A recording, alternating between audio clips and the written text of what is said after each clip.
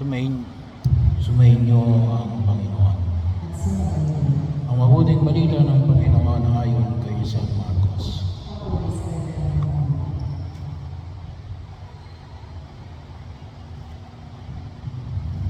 Noong panahon yun, si Herodes nagpahuli, nagpagapos at nagpagbilanggo kay Juan dahil kay Herodias, ang babae ito'y asawa ni Felipe na kapatid ni Herodes. Ngunit kinakasama niya, laging sinasabi sa kanya ni Juan, hindi matuwid na kunin ninyo ang asawa ng inyong kapatid.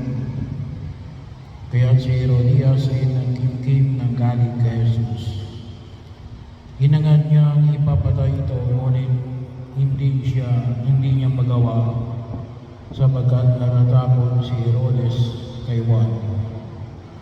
Alam niya ito ay taong madumi at banal, kaya ipinagsanggalang niya.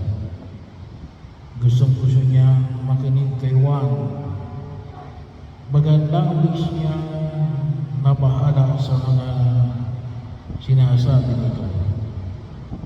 Sa wakas ay nagkaroon ng pagkakataon si Herodias ng anyayahan ni Herodes sa kanyang kaarawan ng kanyang mga kagawad, mga pinuno ng hukbo at ng mga pangunahing mamamayan ng Galilea. Pumasok ang anak ng babae ni Herodias na nagsasayaw. Labis na nasiyahan si Herodes sa mga panahuhin.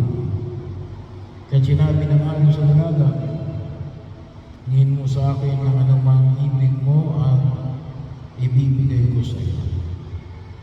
At naisumpa pa niyang ibibigay kahit ang kalahati ng kanyang kaharian kung ito ang hihingin.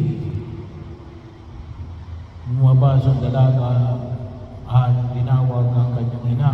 "Ano ang hihingin ko?"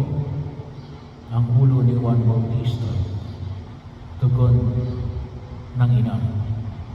Dali-dali bumalik ang dalaga sa kinaroroonan ng hari.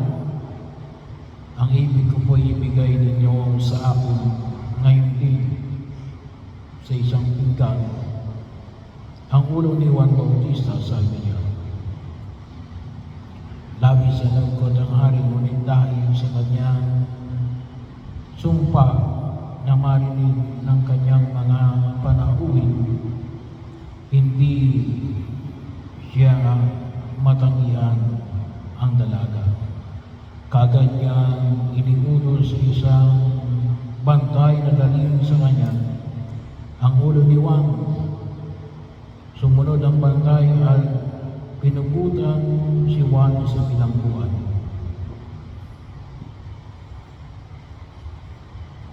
At inilagay ang ulo sa isang pinggan at ibinigay sa dalaga. Ibinigay naman iyon ang dalaga sa kanyang ina. Na mabalita nito ng mga alagad ni Juan, ginawa nila ang kanyang bangkay at inilibing. Ang mabuting balita ng Panginoon.